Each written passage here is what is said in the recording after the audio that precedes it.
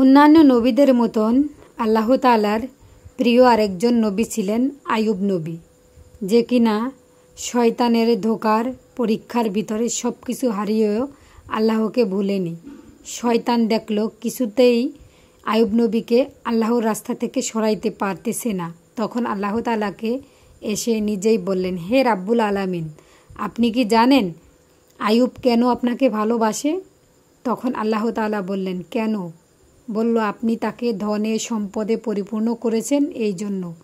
আপনি তার ধন সম্পদ সব কিছু নিয়ে যান, নিয়ে যাওয়ার অনুমতি আমাকে দেন, দেখেন 2 দিনে আপনাকে ভুলে যাবে।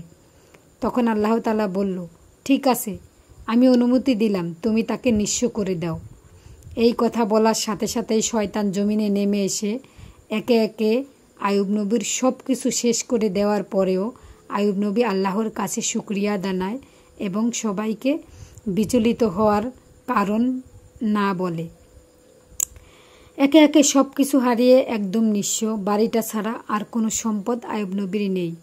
স্ত্রীরাও চলে যান একে একে সবাই। একজনই শুধু থাকেন, সে হচ্ছে তার প্রিয় স্ত্রী রহিমা।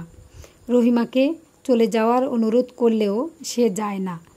প্রিয় স্বামী, আপনাকে ছাড়া আমি কোথাও যাব না, মরলে আপনার সাথেই মরব। এই কথা বলে দুজনেই বসবাস করতে থাকেন তার বাড়িতে। একদিন নামাজে যাচ্ছেন, হঠাৎ করে শয়তান দেখল কিছুতেই তো আইয়ুবকে আমরা আল্লাহর রাস্তা থেকে সরাইতে পারি না।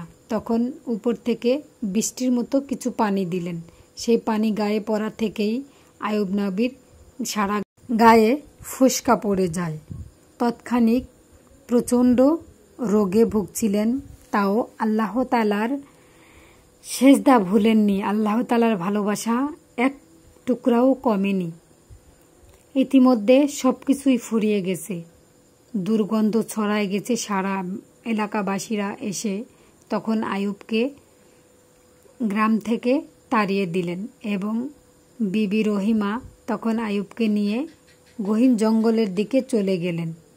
কিছুদিন চলল, তারপরে টাকা পয়সা সব কিছুই ফুরিয়ে গেলেন এবং স্বামীর কাছে অনুমতি নিলেন গ্রামে মানুষের বাসায় কাজ করে হালাল উপার্জন করে এনে দেবে স্বামীকে।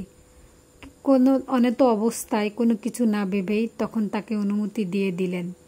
তখন যে মানুষের বাসায় কাজ করতে বেশ কয়েকদিন ভালোই গেল। হঠাৎ একদিন কোনো কাজ কাম কিছুই পেল না। আসার পথে একজন মানুষ মহিলাকে দেখে বলেন, দেখেন, আমাকে কাজ দেন, আমি খুবই ক্ষুধার্ত, আমার রোগাস্থ স্বামী ঘরে। তখন ওই মহিলা বলল, আমি কাজ দেব না, কিন্তু তোমার চুলগুলা আমার ভীষণ পছন্দ হয়েছে, যদি তোমার চুলগুলা কেটে দাও তাহলে তোমাকে কিছু টাকা আমি দিতে পারি।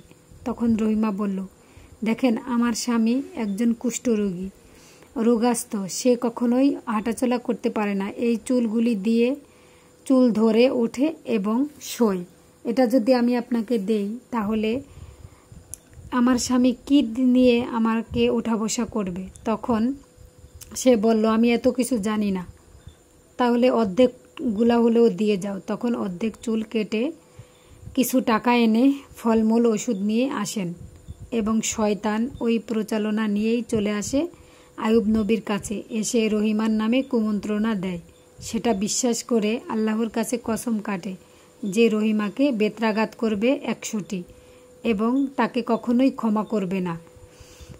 তো পরের পাঠের জন্য প্রস্তুত